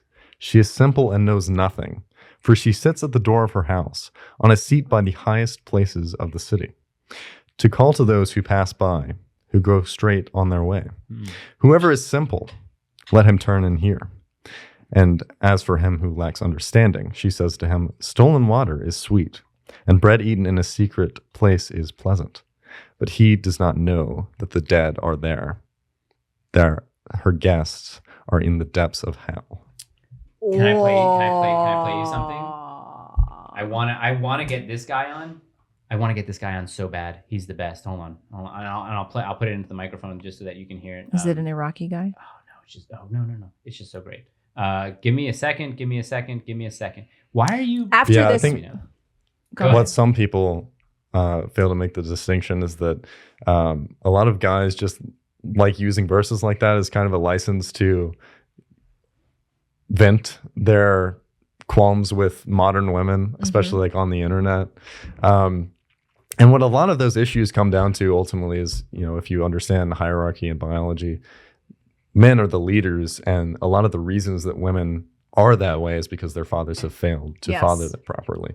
So we have that responsibility as men to have that responsibility. Oh my God. Security issue. Sorry, no, it's good. But we have that responsibility to lead and to do better for the next generation. Because a lot of guys would rather just kind of like back to the retreating thing and say, all women are terrible. And just kind of throw their hands up and say, I'm going to be, an incel.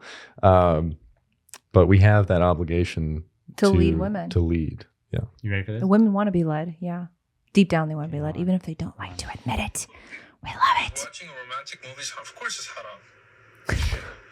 It's two people being lovey-dovey and affectionate in front of you, in front of the camera, and you're watching this. Yeah, watching haram is haram. I love this guy. Who is that? So just looking at like watching a movie where there's like two They're loving lovey-dovey. people, that's Yeah. haram. His profile is Faris Al-Hamadi, motivational speaker. He has Is that a bit 101,000. or like? No, he's a real. I think he's real. I really do hate watching people kiss on TV and movies. I go. That's been- it's I don't watch this. uncomfortable. It's very uncomfortable. It's been more awkward I just go like recently. this. It's really been more awkward recently. Oh, another pro-life. Anti-abortion. Yes. Thank you. It's like nails against chalkboard. Anti-abortion movie that Carly was watching. I came home from the gun range. I had a 4 or 5 hour class. And she was watching this movie. I said, "What's this?" She was like, "Oh, it seems like kind of like an anti-abortion movie. This girl gets knocked up in college, decides to keep the baby, but also has like a lot of friends who are trans and stuff like that." I was like, "Why do they got to do this?" Anyway, but the movie's really weird because I caught it about it had 30 minutes left. What's it called? It's called Look. It's new on Netflix. So look at new. It's like Look to Your Left or Look something like that. I forget.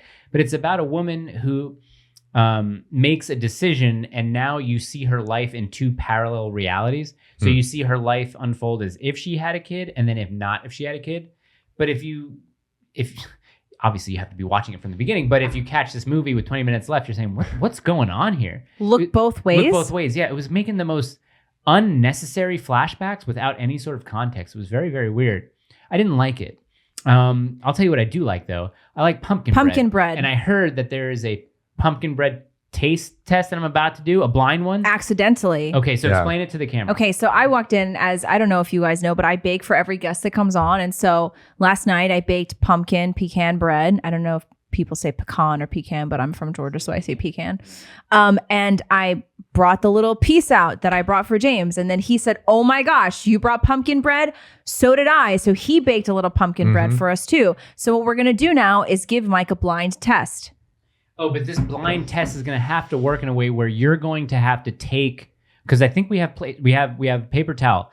So James and I are going to talk. James is going to hand you his bread. You're going to take your bread. You're going to take 2 pieces from each bread, Right. and then present them to me Anonymously. because I cannot know which one. You can't is look which. at it. He may have to feed. He may have to feed it to you. No, he should. No, that's not happening. No, I can look at it. You just have to present them to me at the same time. Well, I'm not going to know which one they are. 'cause Mine I'm has not gonna chocolate watch you chips cut in the it bread. though. You haven't. Oh, but Oh, you've already given it away. oh. Well, you're gonna taste it. He'll know. But Well, okay. you shouldn't have told me because I didn't know hers didn't have chocolate chips in Well, it. she said hers had pecans in it. Yeah. They also could have had chocolate chips. Well, That's that's like okay. a pretty important. All right, so detail not to blind. Just withhold. cut up the bread. I'll tell you which one is better. You can like take the chips out. Well, here's the thing. I don't. I remember what it looked like. Yeah, that's why I wouldn't want you to look, even though they look pretty similar. I'm gonna give you This and was not everybody my here idea. an honest Just want everyone assessment to know on that. whose pumpkin bread I think is better. I'm not Okay. gonna lie and say, oh, Okay. I'm not gonna lie. Why would I do that? Mine's gluten free, so his texture will probably be better. Oh yeah, a little bit more dense. James, do you have a So- girlfriend? I do not. Oh, ladies, Mm. you can submit your applications. If you're dating in a way not to get married, it is haram. No dating, no texting, no DMing, no Snapchat to him. Okay, No, you I'm want to hungry. be. I don't have Very happy. Snapchat. Oh, really? I don't think a lot of people do. I don't have one either. Yeah, it's just not worth it. Another thing that's just not worth it. Do you prefer end piece or middle piece? I like whatever. Okay. Well, So Is the bottom? mine is not. It is not gluten free, That's fine. but I milled the flour. Really? Oh. Can you explain that process, please? Yeah, absolutely. So a lot of issues that people have with grain nowadays come down to the fact that we sell it after it's already been milled. And people only eat one part of the grain, which is like the interior part that's like the fluffy white flour. That essentially has no nutritional value. But the bran and the germ, which are like the shell essentially. What's that? It's chocolate chip. No, what's that? What do you mean? It's like a jelly. No, it's part of the chocolate chip, I think. Oh, okay. Wait, you have your own one of these. This is James. Yours is over there. Well, Whatever. you switch them. Whatever. Yeah. So all the nutritional value in grain That was is in those parts in the bran and the germ. But most people don't have that. And what happens when you mill it, even if that's left over, even if you have whole grain, That's okay. it expires after 2 days. So if you don't bake within 2 days of milling the flour, it loses essentially all of the nutritional value. Really? Mm-hmm. I didn't even know that. And unless you have celiac, everyone who has gluten issues don't really have issues with bread that's freshly milled. That's really interesting. Yours is good. This is really difficult because both are good. I feel like, James, yours would hold up better if it was toasted or Warm. warmed up. Yeah, it's really good warm. Yeah. Gina, I feel like I like the top of your banana bread a little bit better. There's also a significant difference because of the chocolate chip and the pecan. So you're getting several different flavor notes in each bite from each banana bread. I'm actually going to talk like Kai. What's actually distinctive about the banana bread that Gina made was its ability to kind of, he goes all Patrick Bateman.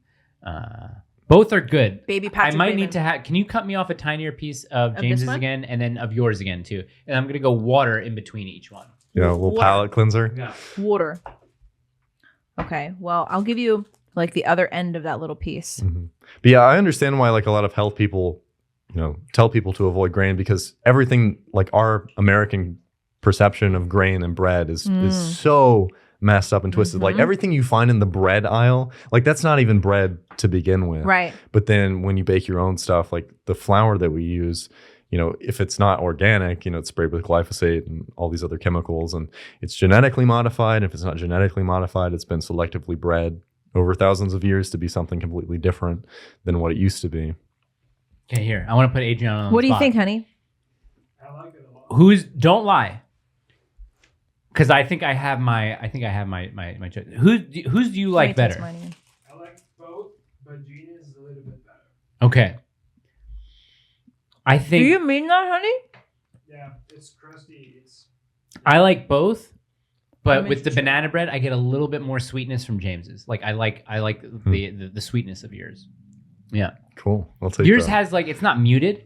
It's there, Yeah. but it's maybe it's like I have a sweet tooth. So It's like I hard go a because little they're bit- different. It is so good with the chocolate. I'm it's going to good stop though. because I want to eat that whole So you're thing if gonna I keep- keep going. No, we'll split it. No, what I suggest. There's another one. Really? Yeah. Oh hell yeah.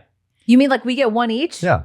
Oh my gosh. That's going to be good because I'm going to cut that up and put it in We're- the toaster. We're definitely bringing Jim's It's Yeah, really, toaster. really good in the toaster. What I don't do, no butter. No butter.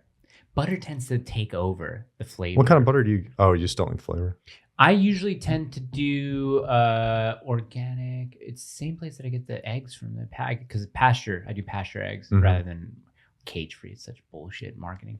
Yeah, it's just a fake. Yeah, pasture I tend to do local. Oh, it was so good when I had my own chickens. Mm.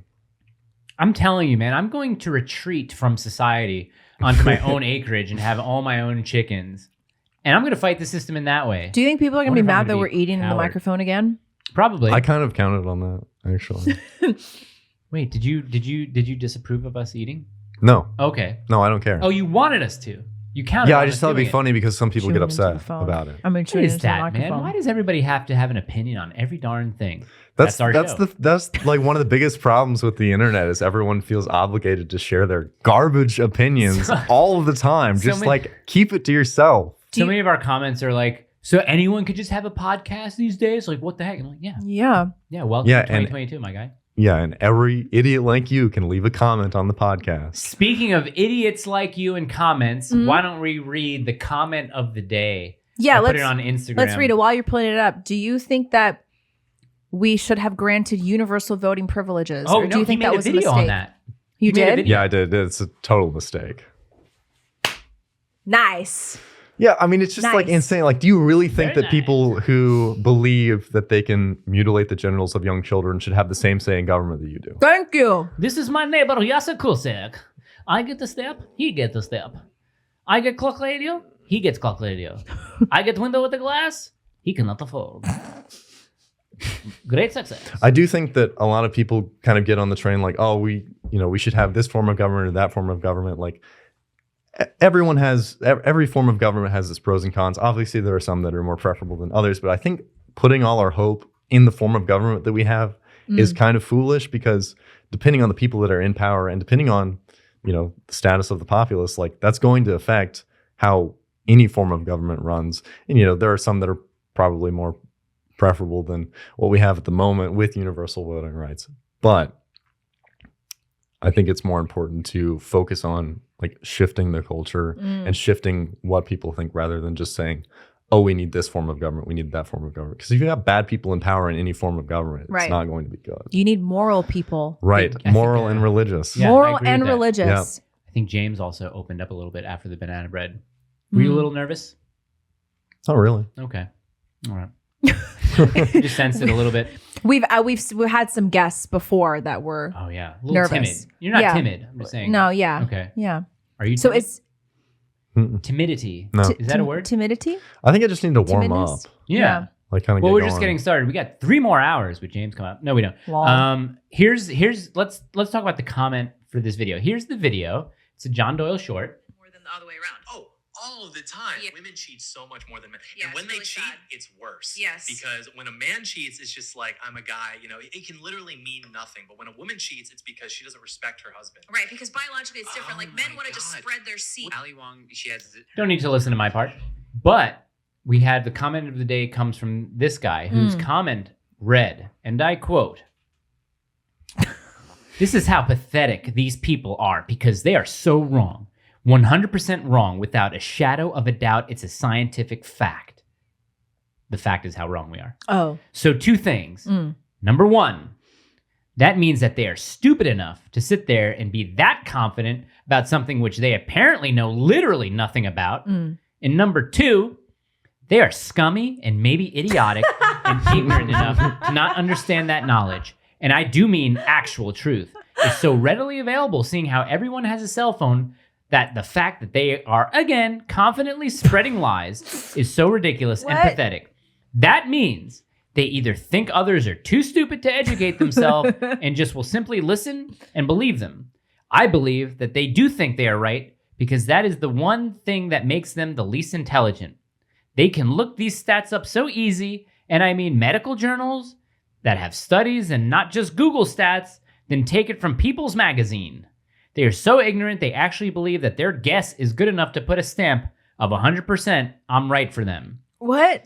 So, Max Terry, your comment made absolutely no sense. It was that scene from Billy Madison. What you just said made absolutely no sense or had any cohesive argument. Everyone in the room is now dumber because of this.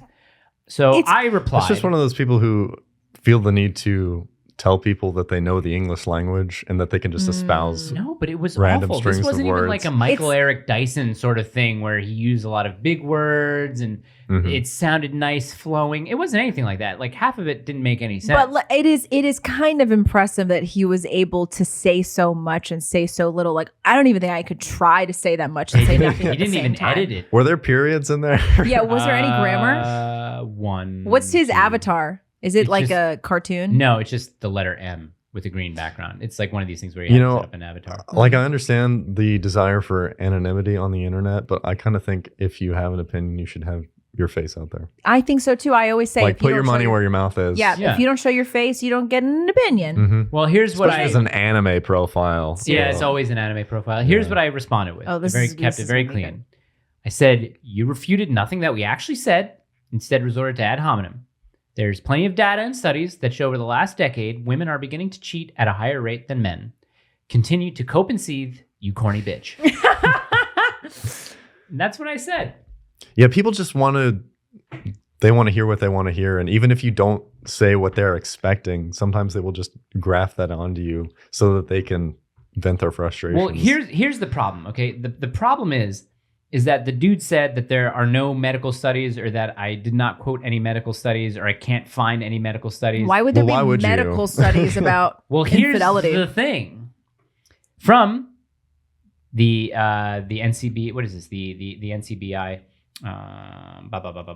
the once a cheater, always a cheater, serial infidelity across subsequent relationships. This is by a bunch of different authors, and here's the abstract. Although there's a large body of research addressing predictors of relationship infidelity, no study to our knowledge has specifically addressed infidelity in a previous relationship as a risk factor for infidelity in a subsequent relationship. The current study addressed risk for serial infidelity by following adult participants longitudinally through 2 mixed gender romantic relationships. Participants reported their own extradyadic sexual involvement, i.e. having sexual relations with someone other than their partner, blah, blah, as well as both known and suspected ESI, that's the sexual relations, on the part of their partners in each romantic relationship. Findings from the logistic regression show that those who reported engaged. Anyway, this is a long and I guess like multi-year study that the NCBI, which is a government organization, or at least funded by the government, did. So for him to say there are no studies on this, there are no long-term studies on this, and then someone else in the comments was like, well, this is stupid, man, because you can't just take someone's word also on anonymity that they're going to tell you the truth on what if they cheat on their partner. It's not like, if they're lying about their taxes, I could just pull up their W-2 form. And I'm saying, okay, are we just not doing studies based on people's word anymore? Like, I mean, how else are you supposed to conduct social scientific studies if you're not polling people or sending them, forms to fill out based on, and also people will tell you the truth when they're not in front of their spouse. Yeah. If That I'm guy not- sounds like he's somebody who eats like buffalo chicken pizza with ranch. Well, buffalo. Okay, so listen. So chicken pizza with ranch, not all that bad. The buffalo chicken, I've never liked the buffalo spicy yeah, it's sauce. heinous. It should be illegal. That's too much. Yeah, Too much it's on like, one pizza. That's like the kind of guy who like smokes a 6-foot bong and is like, I'm ripped, bruh. Let's order some pizza. I've become Buffalo chicken with That ranch. personal experience from living in California. from my college days in Atlanta, Hotlanta, as they say. Hotlanta. Hotlanta. Yeah. I've become more aware of strawman arguments, and I've been able to pick those out, because in our video about the whole, you're anti-abortion, why aren't you adopting 1,000 kids? That's a strawman argument. The whole thing that we did in that video, where we were just like, oh, you support Ukraine? Why don't you Go to over Ukraine. Right. And people were like, oh, that's a strawman argument. And we're like, we know. That's the That's point. the point of the video. Why do you people do this? Why you prove our point when I say a lot of the comments that we get are retarded, and people prove this. I think that's why those people exist, just to prove our points. Are you on TikTok? Only to post. I don't look at it. Yeah. Also, Yeah. someone also said they made some horrible. It was a video that you did about religious indoctrination. I think it was a thing. And then someone said they said, yeah, well, conservatism really is. You know what conservatism is? Conservatism is basically you saying that you like beans, but your parents say you can't like beans anymore. You must like carrots. That's what really conservatism is. I said, if that's the analogy you're using to say what conservatism is, you're retarded. And they Wait, said, is this on Instagram they said that? no, this is on YouTube. And they said something along the lines of, wow, you really had to say that, right? You really had to disparage a whole group of people to make your point. And I said, listen, when I called you retarded, I'm calling you retarded. I am not disparaging a group of people that have nothing to do with this conversation or you. They're smarter than you. They're more intelligent than you are. This is why you get you get the title of retarded. You don't call Maybe you just retarded call them people like retarded. less than retarded. Like they're even below that. Like they're making negative sense. Like they No. start needing making more sense just to get back up to zero. Yeah. Oh, I see what you're Yeah. saying. So what do you call that? Yeah, that's a good question. What do you call that? Negtard. Negative. You don't call retarded people retarded. You No. call your friends retarded when they're acting retarded. No, how does it go? That's How's how the it- line- that's that's how- how the yeah. line goes. Yeah. We're really big Office fans. I just can't If you- believe that people take up the sword for the mentally handicapped whenever whenever he or she is personally labeled as retarded. It's like, oh, you're insulting a whole group. No, I'm insulting you. I didn't really realize how triggering the R word is, but it is quite. Over in Yeah, England, it's it's not- not. They don't use it. They It's use not all that spaz. PC. Oh yeah, and we're not allowed to say spasm. Both Beyonce and Lizzo, both very oppressed women in the United States of America. Yeah, didn't they have to edit? They their had to edit their songs. They had to take Yeah. out the word spaz. Well, they say spastic in the UK. Oh, is he all right? He's a bit spastic, isn't That's he? okay. Right. Yeah. You all right, mate? What's wrong with You all right? words? What's yeah? Well, yeah. Go ahead then. Right? Say the word. Go on. Go on. Nuance. We do we go for an hour Went and a for half? more. Look, it's an Hour hour and 45? 35. Look at us go. Wow. This was great. When do you go back to It's a Savannah? brand. Oh, you've A outed few him. days. But we already said he goes Yeah, to it's, Skag. it's whatever. Do people Did know you that? say 3 days? Some people. I mean, I don't really care. Do you I have want us to nothing to fear. bleep it out? we We'll can talk about it. Yeah, we'll talk No, about say it. it on air. No. You want to can bleep it out? No, We'll he bleep it can out. think about it. We'll give you 24 hours, but then after that it's going up. No, less, because No, as I'm soon just as I kidding. get home, I'm editing it. Oh. Yeah. I don't really care. I mean, I'm going to see if I know some nice Savannah girls to set you up with. Or are you not interested in finding a mate yet? no, I'm Open. interested. Yeah. I think that, Date for marriage. yes. Yes. Okay. Yeah. Let's see if It's I can not find just a superfluous an thing that you eligible do wife, just to do. an eligible Well, here's young the wife. thing. Exactly. Is people just look for a relationship, they look for a girlfriend and boyfriend, but you should really be looking for a Dates- spouse. wife. Dates Yes. are so much fun. Dating should not be ostracized. Dating is great. Like dating, Oh, you it's go awful. on. No, you go on dates. You get to know people. That's Ugh. what I'm talking about. I'm not talking about No. I like it. I had Intimacy is better. we had our first Zoom meeting get together for the men's club, and it was great. And then after one of the guys said, "Yeah, you met your wife on Tinder, right?" I said, "Yeah, I did." He said, "Any advice?" I said, "Well, I wouldn't put up any political affiliation in your bio. Don't do that. Have conversations before you intend to meet up with this person, because that's eventually going to come out. And even if it doesn't, if it comes out while you guys are having dinner or while you guys are out on a walk or something, then you'll know. It's not wasted time. It's also a nice opportunity to meet somebody." I like that. I don't like the whole idea of putting up conservative profile or like libertarian. But I get why people do it because it's like they don't want to waste time with some I guess, but white want to waste lib. time for what? Do they want to feel bad about having sex with the conservative? You know what I mean? No, it's just like they just don't want to waste time. I think most of them like that actually. They like the idea of that. Well, yes, Mm. a real live woman. There are tons of studies on this that aren't backed by no, but there are tons of studies that conservatives are actually better in that area. Okay, so you're going back to Savannah soon. A couple days. Yes. He's How do only you- 21. We How do you shouldn't be feel about talking the, about that. How do you feel about the idea of conservative dating apps? Yeah, I mean, I just don't know how if they'll last, It's like it's a fun idea, but I am just against I think it's a pretty people stupid idea. meeting people online anyway. Like stop meeting people Yeah. online. Like No, I think it's a pretty terrible idea. mm. No, I think you can meet people online. I think it's possible, but again, you could be the I think exception also- I got rather lucky. than the rule. Yeah. Yeah. And it was different back then. You guys didn't get together last year. 2017. Yeah, true. It Yeah. was different back then. Yeah. Like now it's a much You know what we need to different do? ballgame. We need to throw balls. What Like do you mean? galas, like dance. Yes, Yeah. that's right. That's how people used to meet. That's how people people Lauren used to Southern court. get egged Like, at one? Didn't she? I don't think know. so. Like one that Gavin was at. Well, like wasn't there like a Proud Boy ball or something? I like have no that? idea. Or some Oh, that gala? sounds terrible. So, but There was yes, something like that, I a ball would be very nice. Mhm. It had to be very exclusive. It's very Well, southern. I'll chaperone. I would love Yeah. to chaperone. yeah. Yeah. Well, my Mhm. husband and I will go chaperone. That still exists some places in the South. Let's but throw an it's- IDG A ball. gala? something like that. Yeah. Oh, Let's throw an that would be IDG ball. nice. That would actually be kind of nice. That would probably be something done after our 100th episode. You know, we have one live show, and then after that, we can have the IDG, the I'm Doing Great ball. Mm-hmm. That would be Name fun. would have to be better. IDG Gala. The only the problem is ID that like Gala. most people don't know how you're supposed to behave at those types of things. Right. Yeah. Like there used to be kind of an expectation for Etiquette. manners, Oh, and black etiquette. tie, and and past hors d'oeuvres, mm, and No alcohol. mint juleps. No alcohol. no alcohol. Or You have you to, just what about wait, you wait, have wait, to wait, wait, apply? wait. You have to You apply have- to even attend. Yes, you have the invitations. Yes, invitation only. You have the alcohol, but the people that go for it, that's like you weed them out. That's smart. So it's like a litmus test. Yes. Yes. Yeah. I like that. Wait, Conniving. Hold on. What's wrong with having one drink at the ball? Well, it would just give you like if you're not into that, then you would know.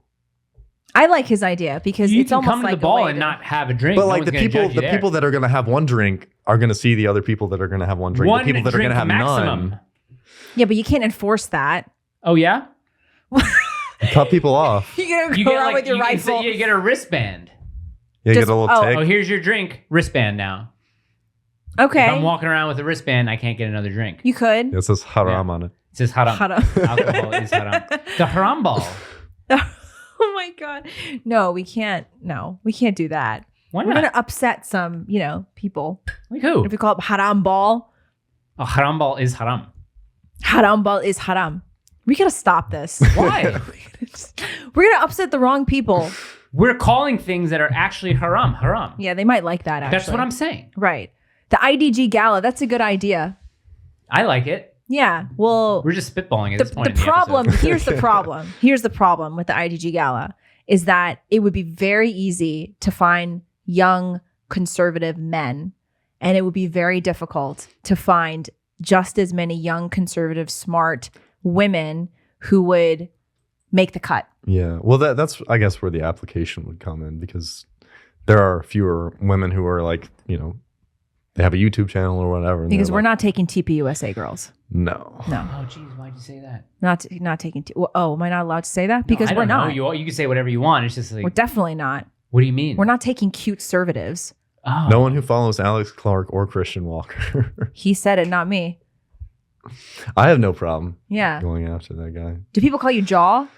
Jaws. Jaws. Because it's Jaws. James Anderson White II. The second. Well, you have no problem going after him. Neither do I. And so, Yeah. what's up? What's up with that? Oh, let's not gossip. I I think mean, no, it's- you don't have to gossip. It's not like gossip. Go ahead. I find it so hard to believe that people put up with such an open homosexual. Mm. Like I don't think we should platform them whatsoever, but then, you have people who are more reserved who like, that's not their identity. Like Amir. Correct. yeah. But He doesn't even really identify as conservative, though. It's very he's interesting. Well, whether or not he identifies, it's Right. like, wait, Amir or Christian? Amir, yeah. Okay, I see. Yeah. But like Christian, like most of the stuff he says is just inflammatory to like, I don't know, like well, he also start said beef he with people, wasn't but gay. Yeah, he did say that. Yeah. He said it to Alexa. He Clark. said that he doesn't date men and he's not actively seeking men. But however, so I don't know, but he's also you had made can, many videos where he's like, where are all the hot men that are like strong men? So I mean, he's made content that would well, if for some reason he is not, there are plenty of them who are like ambassadors in that side of conservatism. It's not really conservative whatsoever. I mean, if you can't conserve what a marriage is, how can you conserve anything else? Mm. But even if he is not, like there are plenty who are that you could just replace them because they're all the same as well. Like I they just don't don't think say it's a anything. good look. No, it's a terrible look. It's haram.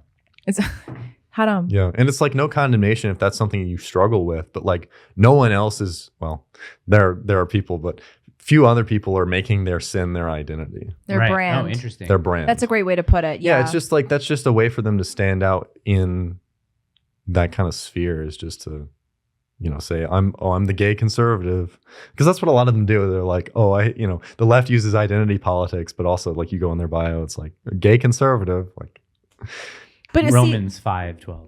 that's why it would be really hard going Romans back to finding 127. And that's what is Romans 1:27? It's talking about men lying with other men. Oh, is it really? Yeah. Mm. I just picked that because how people have the stuff in their bio with the Bible quote. Yeah, no, that would be really funny. What were you gonna say? It would be really difficult to find as many young conservative women as men. Like I could think of 5 young men right now, probably off the top of my head, that would be great to invite to the ball. But I don't know if I can think of 5 Morgan young can come to conservative the women. ball. Morgan for sure. She's a great one. Who else though? No, not that person. Can you?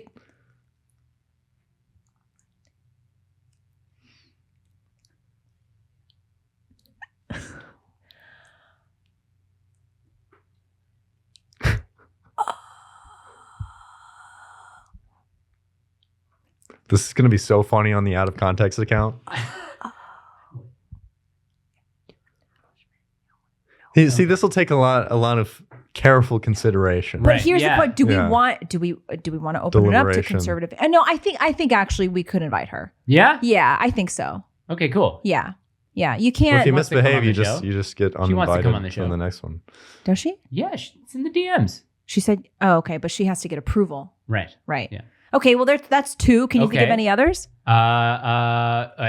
Women who have conservative women. Oh, right? Sav. Oh my gosh, I'm so sorry, Savannah Hernandez. Sav can come on the show. Allie Sav. Beth Stuckey can come to the. Well, come to the she's gala. married. She can Yeah, she- chaperone. Wait. The This gala- gala is not for us. No, the gala is meant for young, strapping conservative men to With single find. men? Wait, yes. but I also think that it would be important to have people that are married because I think Attend? it's very important for young people to Look up to. Look yes, at these people. Yeah, to have an example. Yeah, I want to go. Yeah. No, we'll definitely go. I just figured that we would be like chaperones. No, I'm not chaperoning anybody. Okay. I want to go. Mike's like, I want to drink. I want to go and have my one drink. Okay, well, we can definitely invite Allie and her husband. Cuba Libre. You know what Cuba Libre is? It's a rum and coke. It just Free- has a fancy name. Okay. Yeah. Okay. Free Cuba. Yeah. Who else? What about young single conservative girls? You can't think of any more. Well, Than those 3 that we an mentioned. Older gentleman who has reserved tastes for my wife, so I'm not really paying too much attention to young. single Jaws. Can you conservative think of girls. any others that you would want? I mean, yeah, you don't have to name them. I'm trying to think. Oh, who's the girl that worked for Infowars that had a baby recently? She was always long blonde hair. Blonde? Yeah. I don't know. But she's married. But She's that's married what I'm now. saying. Young single. There's no again, single. would Well, now require we're only thinking about extensive influencers. I'm sure that there are plenty of girls deliberation. out there, especially there are probably plenty of citizens out there who are young and signal and Signal? who are nations. I think the fewer influencers would probably be preferable, Mm. honestly. Yeah, but you get the influencers to come so that you can draw a crowd. No, but you want You to don't draw a wanna draw a crowd. You crowd. want to only send invitations, invitation only. And we look at who you follow on Instagram. It Who's wouldn't paying for this? it wouldn't be publicized besides the one awkward group photo. That's a good question. Who's You paying gonna pay for this? We're not going to pay for it. Well, we have to. As if You're we not have gonna the tell funds. the attendees they're Ticket young and sales. single. No, we're going to have Why am I someone saying sponsor it. Signal? I you said Signal so many times. We get That's why you Grey got to get a Goose can sponsor. it. Get Red Bull is going to sponsor it. Good ranchers can sponsor all the meat. Lol. Notice I haven't been saying that a lot. Bad Uh, ranchers. Bad ranchers. Here's the thing: grain-fed meat. Yeah, exactly. Yeah, exactly. I was saying this to Not my fitness grass-fed. group Not last good, yeah. night. No, it's not. Does it matter what grain it is? It doesn't matter. No. Grain-fed meat's bad. No. Yes. Well, they Almost. Like some people who raise their Finished. at the S finish Right. grain. yeah, finished. Because like stuff can even be. be grass fed, but then they finish it with grain, and that's like the last portion of their life, and that's when they're being, that's when the Ah. calf is being fattened, right? Yeah. So it has to be grass fed and grass finished. But if you have a small farm and like your animals are raised properly, like there are some grains that they supplement on like really small family farms and stuff like that, where like it doesn't make much of a difference. But for like the big farms and stuff, like where you really want to make sure you're getting quality meat, you want it to be grass finished. What a multitude Yes. of subjects that we've discussed today. So, ladies, if there are any young, beautiful, smart, conservative women in Savannah who are looking for a young, strapping husband, you may send your applications to IDG the podcast on Instagram, and we shall filter them, Are you going to review them? and we will review them, and we will only present the cream of the crop to James here. Would you want to get married that young though, or would you kind of? It just depends on the lady. Yeah, I want to be married young. Really? Yeah, Good for you. I want to have kids like yesterday. Really? Yeah. So based. Who said yesterday? Avril Lavigne? You're so yesterday. No, Yesterday. no, I don't think that was Avril. I don't think so. I think it was. Look, you have this to look forward to. You should do it young. Start it young. The best. Start it young. And when your wife is young, she can have many and she'll just bounce back one after the other and just pop them out. Hillary Duff. Yeah, I knew it wasn't Avril. Do you know what Avril's #1 song was ever? Complicated. We talked about this before, didn't we? We thought it was Skater Boy. Yeah, I was No, gonna I say. don't Skater think Boy. I thought it was Skater Boy, but it was I definitely knew complicated. that it was complicated. Anyway, do you bye. All the links. Go to all the links. They're all down there. I don't want to say them. Yeah, go to myhealthshift.com if you're a woman and interested in health and fitness. Only $9 a month. We work out every Monday. We do live streams every Wednesday. We share recipes on Tuesday. We're always doing a health challenge. We have a really fun fall health challenge coming up. All the men out there. Hey, say the guest for tomorrow. Oh, well, today. Doesn't matter. Okay. Doesn't The next guest is Courtney Turner. She has a really amazing story. Her mother's doctor, when she was in the womb, misread the test and didn't see that she had a birth defect. And so when she was born, her mother saw that she had a birth defect and sued the doctor for a wrongful birth, and then tells her to this day that she wishes she would have aborted her. Has an amazing story, is a speaker, an aerial acrobatist. I don't know what the word is, but anyway, she's going to be great. So if you would like to ask her exclusive questions, go to doinggreat.locals.com. Ask her some great questions. You got to be a supporter. You got to be a sport. You got to We're have a grifting passport. right now. Support the grift. And get your passport. Become a citizen of the Grateful Nation with a passport. Thank you, James. Next time you come back, will you come on the show? Yeah, absolutely. That's so great. And then we'll bake again and enjoy it and Bake the same thing again. bake the same things again. Send Cool. your applications, ladies, and don't wait. Thank you. Thank you. Thank you. Bye. Bye. Cover your ears. Bye. Cover your ears. Well, oh. You said.